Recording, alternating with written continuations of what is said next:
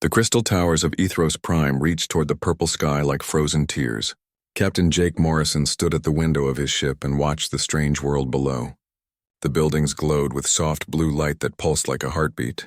He had never seen anything like it before. "Captain, they are ready for us," said Lisa Park, his first officer. She was a tall woman with short black hair and serious eyes. Lisa had been with Jake for 3 years and knew him well. "The Queen wants to meet with us in 1 hour." Jake nodded and turned away from the window.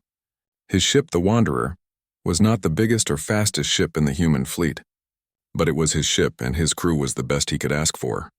They had come to Ethros Prime to trade goods and make friends with the alien people who lived there. The Veil Nathi were a proud race. Their skin looked like living crystal and their eyes glowed with inner light. They were much older than humans and knew many secrets of space travel. But today, something felt different about this world. Jake could sense sadness in the air, like a heavy blanket that covered everything. Carlos Rivera, the ship's engineer, met them at the transport bay. He was a short man with rough hands and a kind smile. "The transport is ready, Captain. Amy is already checking the translation systems." Amy Chen was their communication expert. She was young but very smart with languages. If anyone could help them talk to the aliens, it was Amy. Jake trusted his crew completely. They had been through many dangers together among the stars. The transport took them down to the planet's surface. As they flew between the crystal towers, Jake saw something that made his chest feel tight. Every building had 3 small lights burning in their windows. Not 2, not 4, but always 3. The lights flickered like candles in the wind. "What are those lights for?" Jake asked Amy. Amy had been studying the local customs. "I think they are memory lights, Captain. The Veil Nathi light them for people who are gone." Jake felt a cold chill run down his back. So many lights meant so many lost people. What had happened here? The Royal Palace was the largest building Jake had ever seen. It was made of white crystal that seemed to glow from within. Guards in silver armor stood at the gates. Their crystal faces showed no emotion, but their eyes followed the humans as they passed. Inside the palace, everything was beautiful and sad at the same time. The walls were covered with pictures of the royal family. Jake saw a tall queen with flowing robes and 3 young princesses. The girls looked happy in the old pictures, laughing and playing together, but the new pictures were different. They only showed the queen standing alone. Her crystal skin had lost its shine and her eyes looked empty. Jake felt sorry for her even before they met. High Counselor Vex met them in the throne room. He was an old Veil Nathi with white crystal skin and tired eyes. "Welcome, humans," he said in careful English. "Queen Lysandra will see you now." The queen sat on a throne made of pure crystal. She was beautiful, but her beauty was like a broken mirror. Jake could see the pain in every line of her face. When she looked at them, her glowing eyes were full of old tears. "Welcome to Ethros Prime," the queen said. Her voice was soft but strong. "I hope your journey was safe." Jake stepped forward and bowed. "Thank you, Your Majesty. I am Captain Jake Morrison. These are my officers Lisa Park, Carlos Rivera, and Amy Chen. We come in peace and friendship." The queen nodded slowly. "Peace and friendship are precious gifts. We welcome them here." But even as she spoke the proper words, Jake could see that her heart was somewhere else. During the formal meeting, she seemed to drift away from their words about trade and treaties. Her eyes kept looking toward 3 empty chairs near her throne. When the business talk was finished, Jake made a choice that surprised everyone. Instead of leaving, he stayed behind. "Your Majesty, may I ask you something?" Queen Lysandra looked at him with curious eyes. "You may ask, Captain Morrison." The 3 lights in every window. The empty chairs. "I can see that something terrible has happened here. If there is any way my crew and I can help, please tell us." The queen's crystal skin began to glow brighter, and Jake realized she was crying. Veil Nathi did not cry water like humans. They cried light. High Counselor Vex stepped forward quickly. "Captain, you do not understand our ways. This is not your concern." But Queen Lysandra raised her hand to stop him. "No, Vex, this human has kind eyes. Perhaps it is time to share our pain." She stood up from her throne and walked to the 3 empty chairs. With gentle hands, she touched each one. 5 years ago, I had 3 daughters. Princess Zara, who was brave and strong. Princess Kira, who could heal any wound with her touch. And little Princess Luna, who loved to talk to the stars. Jake felt his throat get tight. He knew the sound of a mother's grief. They were traveling to the neutral zone for peace talks, the queen continued. but the Korthak Empire attacked their ship. The escape pods launched, but they disappeared into the deep space. No trace was ever found, Amy gasped softly. Carlos shook his head in anger. Lisa put her hand on her weapon even though there was no enemy to fight. The Galactic Council declared them dead, Vex said with bitter words. They forbid any search in Korthak space. Too dangerous, they said. Too likely to start a war. Jake looked at the Queen's glowing tears and felt something burning in his chest. He had lost his own sister in a mining accident years ago. He knew what it felt like to have someone precious taken away, but he also knew something else. Your Majesty, Jake said carefully. What if they are not dead? What if they are still out there waiting for someone to find them? The Queen's light grew brighter for a moment, then dimmed again. I have hoped for 5 years, Captain Morrison. Hope is a cruel friend. It promises much but gives nothing back. Maybe, Jake said. But hope is also the only thing that makes impossible things possible. Queen Lysandra looked at him for a long time. In her glowing eyes, Jake saw something he recognized. It was the same thing he had seen in the mirror after his sister died. It was the look of someone who would give anything for one more chance to save the people they loved. The Council has forbidden it, she said quietly, and I am bound by their laws. Jake nodded slowly. You are bound by their laws, Your Majesty. But I am not. The words hung in the air like lightning before thunder. High Counselor Vex stared at Jake with shock. Lisa grabbed his arm and whispered, Captain, what are you saying? But Jake was looking at the Queen.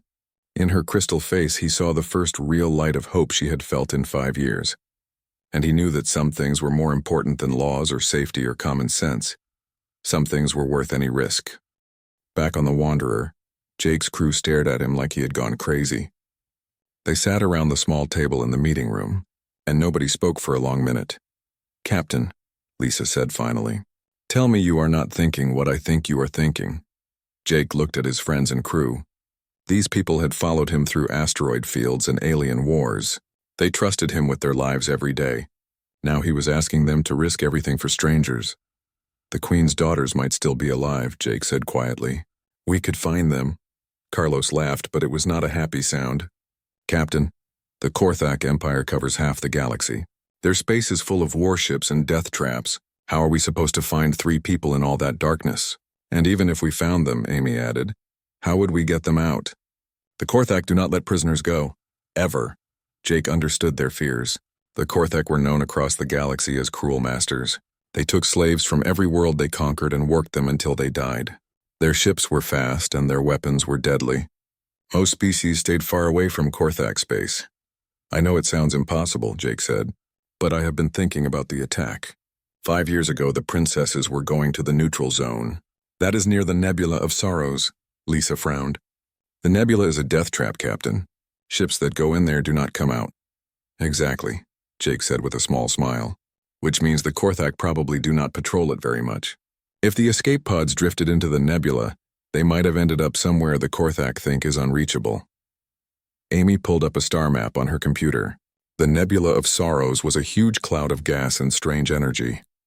It stretched across dozens of star systems like a purple scar in space. Strange lights danced inside it, and ships that entered often lost their way forever. The nebula has spatial anomalies, Amy said, reading from her files. Gravity wells that appear and disappear, energy storms that can fry a ship's systems. Time flows differently in some areas. But, Carlos said slowly, our adaptive shields might handle it better than most ships. Human technology is different from what other species use. Jake nodded. We built our shields to adapt and change. Most alien shields are designed to block specific threats. Ours learn as they go. Lisa was studying the map with sharp eyes. If we did go in there, we would be completely on our own. No backup, no rescue if things go wrong. And if the Galactic Council finds out, Amy added, they could ban humanity from all trade agreements. We could be outcasts. Jake looked at each of his crew members. I am not ordering anyone to come with me. This is my choice. If you want to stay behind, I understand. Carlos was the first to speak. My grandmother always said that family is not just blood. Sometimes family is the people who need you most. He grinned at Jake. Besides, this old ship needs someone to keep her engines running. Amy nodded next. If we find the princesses, we will need someone who can talk to them. And I have always wanted to see what is inside that nebula. Lisa was quiet for a long moment. Then she stood up straight like a soldier. "I swore an oath to follow you, Captain." "That oath does not have an expiration date." Jake felt his throat get tight with emotion. "Thank you," he said simply. All of you, but their plans hit a wall the next day. Ambassador Helena Cross arrived from Earth with new orders. She was a stern woman with gray hair and cold eyes who did not like surprises. "Captain Morrison," she said in the ship's briefing room, "I hear you have been making promises to alien queens." "I offered to help find her daughters," Jake said carefully. "Help that could start an interstellar war," Helena shot back. "The Korthak Empire has made it clear that any ship entering their space will be destroyed." "No questions, no warnings," Jake tried to stay calm. "With respect, Ambassador, 3 innocent people might be suffering in Korthak prisons." "Doesn't that matter?" "Of course it matters," Helena said. "But the safety of billions of humans matters more. One rescue mission is not worth risking everything we have built among the stars." She handed Jake a formal order with Earth's seal on it. "You are forbidden from entering Korthak space or the Nebula of Sorrows. Return to Earth immediately for reassignment." Jake read the order twice. It was clear and direct. Disobeying would mean the end of his career and possible prison time. But when he closed his eyes, he saw Queen Lyssandra's glowing tears and her empty throne room. That night, Jake walked alone through the ship's corridors. The Wanderer was quiet except for the gentle hum of the engines. This ship had been his home for 6 years. His crew was his family. But some things were more important than safety or careers. He found Lisa on the bridge checking their course settings. "Ambassador Cross wants us to leave tomorrow," she said without looking up. "I know," Jake said. Lisa finally turned to face him. "But you are not going to follow her orders, are you?" Jake was quiet for a long moment. "My sister Emma died in a cave-in on Mars Colony. The mining company said it was too dangerous to dig her out. They left her there in the dark." Lisa had never heard this story before. She listened with sad eyes. "I was young and stupid then," Jake continued. "I believed them when they said nothing could be done. I let them give up on her." He looked out at the stars. "I will not make that mistake again." The next morning, Ambassador Cross discovered that the Wanderer had left during the night shift. They had filed a flight plan for the Outer Rim, but their real destination was very different. Jake sat in his captain's chair as they approached the edge of Korthak space. The nebula stretched before them like a wall of purple fire. Strange lights danced in its depths, and their sensors could not penetrate very far inside. "Last chance to turn back," Jake said to his crew. "Not a chance," Carlos said from his engineering station. "I have been working on the shield modifications all night. We are as ready as we will ever be." Amy was monitoring communications. "No Korthak ships on our sensors yet. But once we enter the nebula, we will be blind to everything outside." Lisa checked their weapon systems. "Guns are charged and ready, though if we meet a Korthak battlecruiser, we are probably doomed anyway." Jake smiled at his brave crew. "Then let's go find some lost princesses." The Wanderer entered the Nebula of Sorrows like a small fish swimming into a storm. Purple energy crackled around their hull, and their shields worked overtime to keep the cosmic radiation out. Strange gravity wells tried to pull them off course, but Carlos kept the engines steady. Hours passed as they searched the nebula's twisted space. Amy scanned for any signs of metal or energy signatures that might be escape pods. The nebula played tricks on their sensors, showing them ghost signals and phantom ships. "Wait," Amy said suddenly. "I am getting something on long-range sensors. Metal signatures, but very faint." Jake leaned forward in his chair. "Where?" "Deep in the nebula's heart. There's a small moon orbiting a dead star. The readings suggest artificial structures." Lisa checked their tactical display. It would be a perfect place to hide prisoners. Far from any normal space lanes, surrounded by natural defenses. Jake made his decision. "Set course for that moon. And Amy, start scanning for any signs of Korthak ships." As they flew deeper into the nebula, Jake felt a cold certainty in his bones. The princesses were out there somewhere in the darkness. And whether they were prisoners or worse, he was going to find them. Behind them, unknown to the crew, Korthak sensors had detected their entry into the nebula. Warships began moving through space like sharks sensing blood in the water. The hunt had begun. The moon called Despair's Edge hung in space like a gray fist. It orbited a dying star that gave off sickly red light. Jake stared at the prison facility through the ship's telescope and felt his blood turn cold. The building was carved right into the moon's rock. Metal towers stuck out of the surface like needles and energy barriers glowed around the whole structure. Korthak ships patrolled the space around it in slow circles, their weapons always ready. "I count 12 guard ships," Lisa said, checking the tactical display, "and that is just what we can see." Amy was scanning the prison itself. "The building goes deep underground, Captain. Multiple levels. I am detecting life signs, but the rock is interfering with detailed scans." Carlos wiped sweat from his forehead. "Those energy barriers will fry anything that gets too close. And the guard ships have enough firepower to blow us apart 10 times over." Jake studied the prison layout on his screen. It looked impossible to break into, which was exactly the point. The Korthak had built this place to hold their most important prisoners forever. "There," Amy said suddenly, pointing at her scanner. "Level 7, Sector 3. I am getting 3 life signs with Velanathi energy signatures." Jake's heart jumped. "The princesses?" "It has to be them. The energy patterns match what I recorded from Queen Lysandra." Lisa shook her head grimly. "They are deep inside the most secure part of the prison. Getting to them would be like breaking into a fortress while the army is watching." Jake was quiet for a long moment, thinking hard. Then he smiled in a way that made his crew nervous. "Carlos, remember the electromagnetic pulse devices we picked up on Titan Station? The ones that were supposed to be for mining?" Carlos asked. "Captain, those things are not weapons." "No, but they can shut down power systems," Jake said. "What if we use them on the prison's main generator?" Amy's eyes went wide. "You want to black out the entire facility?" "For about 10 minutes, Jake said. "Long enough to get inside, find the princesses, and get out." Lisa stared at him. "Captain, that is insane. Even if we shut down the power, there are still hundreds of guards inside that prison." Jake looked at his crew with serious eyes. "I know it sounds crazy, but crazy is what humans do best. The Korthak think logically. They plan for logical attacks. They do not plan for 3 humans with mining equipment and bad judgment." Carlos started to grin. "It might actually work. If I can get close enough to the main power station, I can overload their generators. The pulse will knock out everything electronic for several minutes. And while the power is down," Amy added, "their communication systems will be dead too. They will not be able to call for help."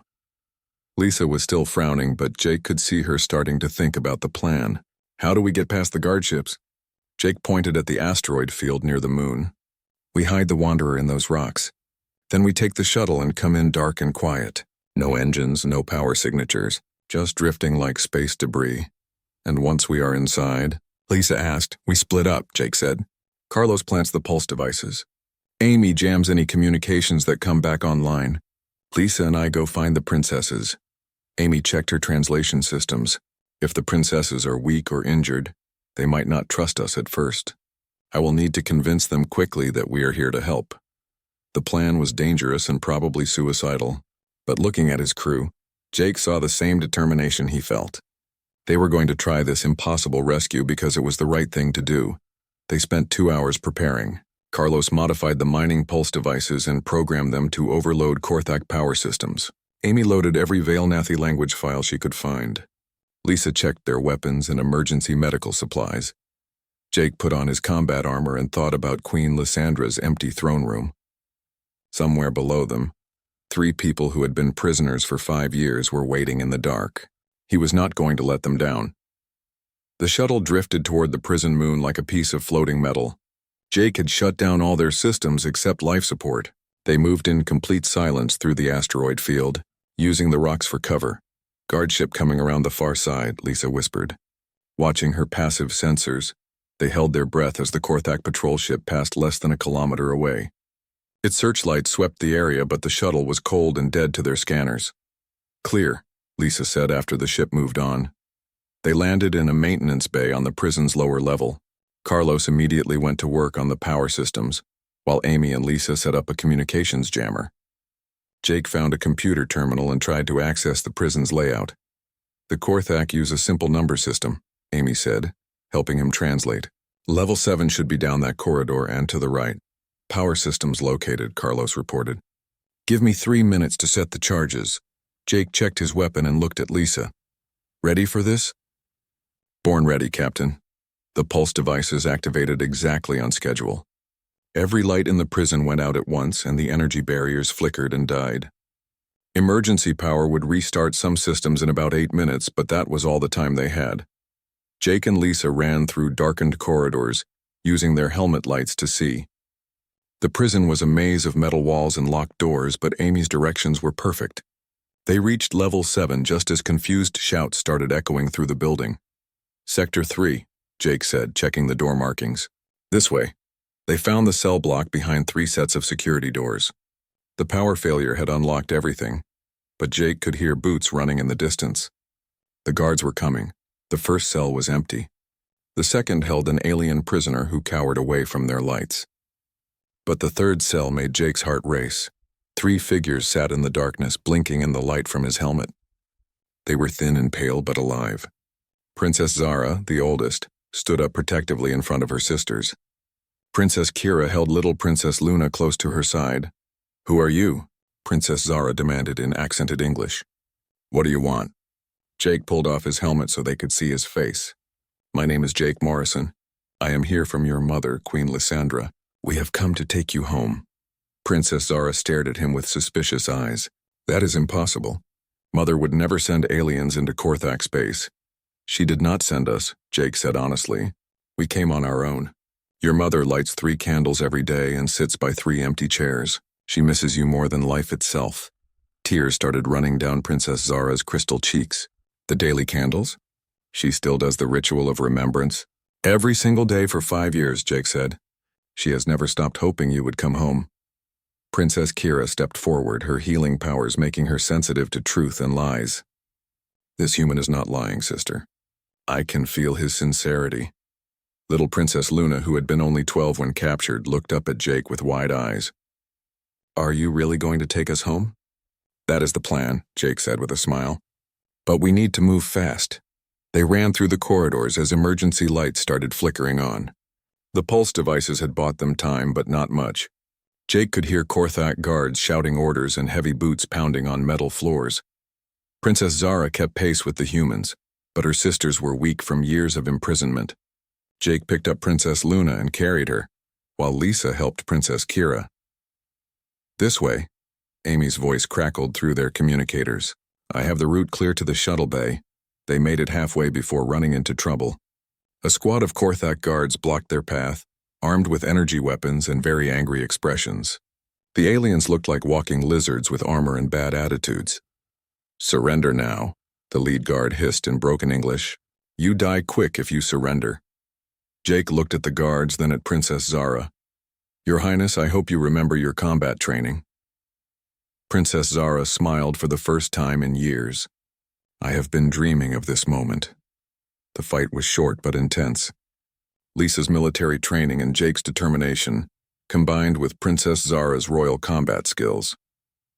The Korthak guards were tough, but they were not expecting a coordinated attack from humans and an angry princess. When the smoke cleared, Jake was bleeding from a cut on his arm, but they were all alive. Princess Zara looked at him with new respect. "You fight well for diplomats," she said. "We are not diplomats," Jake said with a grin. "We are rescuers." They reached the shuttle just as the main power systems came back online. Carlos was already warming up the engines while Amy prepared to launch. But as they lifted off, alarms started screaming across the prison facility. "Multiple Korthak ships moving to intercept," Lisa reported. "We are in for a fight." Jake strapped himself into the pilot seat and looked back at the 3 princesses. They were free, but getting home was going to be the hardest part of all. The Wanderer raced through space with 6 Korthak warships chasing them. Energy beams lit up the darkness as the enemy ships fired their weapons. Jake pushed his ship to its limits, but the Korthak vessels were faster and had bigger guns. "Shields at 60%, Carlos called out from engineering. These old generators were not built for this kind of punishment. In the medical bay, Princess Kira worked to heal Jake's wounded arm while her sisters watched with amazement. They had never seen humans before, and everything about the rescue seemed impossible to them. "How did you find us?" Princess Zara asked. She sat next to Jake's command chair, studying the way he flew the ship. "The Korthak told us we were in a place no one could reach." Jake smiled grimly as he dodged another energy blast. "Humans are stubborn. When we decide to do something, we usually find a way." Princess Luna, the youngest, was fascinated by Amy's communication equipment. "You can talk to ships across the galaxy?" she asked with wide eyes. "When they want to talk back," Amy said. "Right now, most of the messages we are getting are Korthak death threats." The chase continued for hours through the twisted space of the nebula. Jake used every trick he knew, flying through gravity wells and energy storms that made the Korthak ships struggle to follow, but his ship was taking damage and they could not run forever. "Captain," Lisa said quietly, "we have a problem. Long-range sensors show more Korthak ships moving to cut off our escape routes." Jake checked the tactical display. It looked bad. The enemy was surrounding them, using their knowledge of local space to set up an ambush. In a few hours, they would be trapped with nowhere to run. That night, while the ship flew on autopilot through a relatively safe area of the nebula, Jake found Princess Zara in the observation lounge.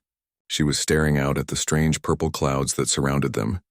"Beautiful and terrible," she said without turning around. Like much of the universe, Jake sat down beside her. "How are you holding up?" "Better than I have in 5 years," she said. "Even if we die tomorrow, at least we will die free." They sat in comfortable silence for a while. Then Princess Zara spoke again. "Why did you come for us?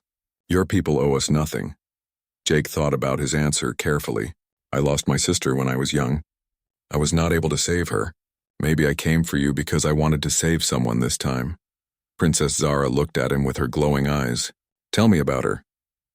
So Jake told her about Emma, how she had been bright and funny and full of dreams, how she had died alone in the dark while he was light years away, how he had carried that guilt for years like a stone in his chest. "Guilt is a poison," Princess Zara said when he finished. "It kills slowly but surely. I know because I have carried my own guilt for 5 years." "What do you have to feel guilty about?" "I was supposed to protect my sisters," she said. "When the Korthak attacked our ship, I should have found a way to save us. Instead, I let us become prisoners." Jake shook his head. "You were kids fighting a war machine. You did the best you could, as did you with your sister," Princess Zara said gently. "Sometimes the universe takes people from us and there is nothing we can do but remember them with love." The next day brought new dangers. They had left the nebula and were flying through open space when Amy detected a massive Korthak fleet waiting for them. 24 ships, she reported. Battle cruisers, destroyers, and at least 3 dreadnoughts. They are spread out in a search pattern. Carlos was working frantically on the ship's systems. "Engines are running hot, Captain. If we push them much harder, we might lose power completely." Jake studied the enemy formation. The Korthak had learned from their previous encounters. They were not chasing the Wanderer anymore. They were herding it toward a trap. "There," Princess Zara said, pointing at a gap in the enemy lines, between those 2 cruisers. "The spacing is wrong for their usual tactics." Lisa checked the sensors. She is right. That gap looks like a weak point, but it could be bait for a trap. "It is bait," Princess Zara said confidently. "But I know Korthak naval strategy. They expect us to avoid the obvious trap and try to sneak around the edges. They will not expect us to fly straight into it." Jake looked at her with surprise. "You want us to fly into a trap on purpose?" "Yes, but not the way they expect," Princess Zara explained. "Give me control of your weapon systems. I have an idea." Against his better judgment, Jake transferred weapon control to the princess. She studied the targeting display with the focused attention of someone who had spent years planning revenge. The Wanderer flew straight toward the gap between the 2 Korthak cruisers. The enemy ships moved to close the trap, but Princess Zara waited until the last possible moment. Then she fired everything the ship had, but instead of shooting at the cruisers, she targeted the space between them. Her precise shots hit floating debris and small asteroids, creating a chain reaction of explosions that blinded the enemy sensors. "Now," she shouted. Jake threw the ship into a wild spin that took them through the explosion cloud just as the Korthak ships fired their weapons. The energy beams hit empty space while the Wanderer escaped through the chaos. "Brilliant," Amy said with admiration. "You used their own trap against them." Princess Zara smiled. "Royal military training has some advantages, but their celebration was short-lived. The damage from days of running had caught up with them. Warning lights flashed across the control panels, and Carlos reported that multiple systems were failing. "We need to find a place to make repairs," he said. "Somewhere safe where we can work without being shot at." They found refuge in an asteroid field near a dead solar system. While Carlos worked on the engines, the rest of the crew got to know their passengers better. Princess Kira amazed them with her healing abilities. She could mend broken bones and heal wounds just by touching them. "My people are natural healers," she explained to Amy. "But the Korthak kept us weak, so we could not help other prisoners." Princess Luna had grown up during her years in prison, but she still had the curiosity of a child. She asked endless questions about human culture and technology. "Do all humans help strangers?" she asked Jake. "Not all," Jake said honestly, "but the best ones do." During the repairs, Jake learned more about what the princesses had endured. The Korthak had used special crystal cells that drained their energy slowly. They had been weak and sick for years, kept alive only because their royal blood made them valuable prisoners. "We never gave up hope," Princess Kira said. "Even in the darkest times, we believed someone would come for us." "Mother taught us that hope is stronger than fear," Princess Luna added. "We held on to that lesson." Princess Zara was quieter about her experiences, but Jake could see the steel in her eyes that 5 years of imprisonment had forged. She had kept her sisters alive through sheer force of will. On the 3rd day of repairs, their sensors detected Korthak patrol ships searching the nearby systems. The enemy was getting closer and their hiding place would not stay secret much longer. "Engines are as fixed as I can make them," Carlos reported. "But we are still running on borrowed time." Jake made the decision to run for home. They had a head start on the Korthak fleet, but it would be a race against time and distance. As they prepared to leave the asteroid field, Princess Zara approached Jake on the bridge. "Captain, I want to thank you for everything you have done. If we do not make it home, I want you to know that you gave us something precious." "What is that?" "You gave us back our hope," she said. "For 5 years we were told that no one cared enough to look for us. You proved that was a lie." Jake felt his throat get tight with emotion. "We are all going to make it home, Your Highness." "I promise you that." But even as he said the words, Jake knew the hardest part of their journey was still ahead. The Korthak would not give up easily, and the space between them and safety was full of dangers. As the Wanderer flew toward the borders of known space, Jake thought about Queen Lysandra waiting on her crystal throne. Soon, if all went well, she would see her daughters again. That hope gave him the strength to face whatever was coming next. The blue-green world of Ethros Prime appeared on their screens like a jewel in the darkness. Jake felt relief wash over him as they entered the safe space around the Vailnathi homeworld. After 2 weeks of running and fighting, they had finally made it home, but their troubles were not over yet. A fleet of human ships waited near the planet, and Jake recognized the flagship immediately. Ambassador Helena Cross had brought half the Earth Navy to arrest him. "Captain Morrison," Helena's voice crackled over the communication system, "you are ordered to surrender immediately. You have violated direct orders and endangered human-alien relations." Jake looked back at the 3 princesses on his bridge. Princess Zara stood tall and proud, ready to face whatever came next. Princess Kira held her youngest sister's hand, and Princess Luna watched everything with curious eyes. "Amy, open a channel to the planet," Jake said. "Let them know we are coming home." Queen Lysandra's voice came through the speakers moments later. "Wanderer, this is Queen Lysandra. Please tell me you have good news." Jake smiled. "Your Majesty, I have 3 people here who would like to see you." There was silence for a long moment. Then Princess Zara stepped forward. "Mother, it is Zara. We are alive and we are coming home." The sound that came through the speakers was not quite crying and not quite singing. It was the sound of a mother's heart breaking open with joy. All across the bridge, even the tough soldiers wiped tears from their eyes. "My daughters," Queen Lysandra whispered. "My precious daughters are alive." The royal palace was chaos when they landed. Thousands of Vailnathi had gathered to see the return of their lost princesses. Their crystal skin glowed with excitement, and the air itself seemed to shimmer with joy. Queen Lysandra waited at the landing platform, surrounded by her guards and advisors. When the shuttle doors opened and her daughters stepped out, she dropped all royal dignity and ran to them like any other mother. The reunion was beautiful and heartbreaking. Jake watched as Queen Lysandra held her daughters for the first time in 5 years.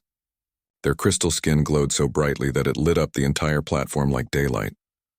"I never stopped believing," the Queen said through her tears of light. "I knew someone would bring you home." Princess Zara looked over her mother's shoulder at Jake. "Mother, this is Captain Jake Morrison. He saved us when no one else would try." Queen Lysandra approached Jake with dignity and grace, but her eyes glowed with gratitude. "Captain Morrison, how can I ever repay what you have done?" Just seeing them home is payment enough, Your Majesty, Jake said. But before they could celebrate properly, Ambassador Cross arrived with a squad of human soldiers. Her face was red with anger, and she carried arrest warrants in her hand. Captain Morrison, you are under arrest for disobeying direct orders and endangering the peace, she announced. The royal guards immediately surrounded Jake, their weapons ready. Queen Lysandra stepped between the humans, her crystal form radiating power and authority.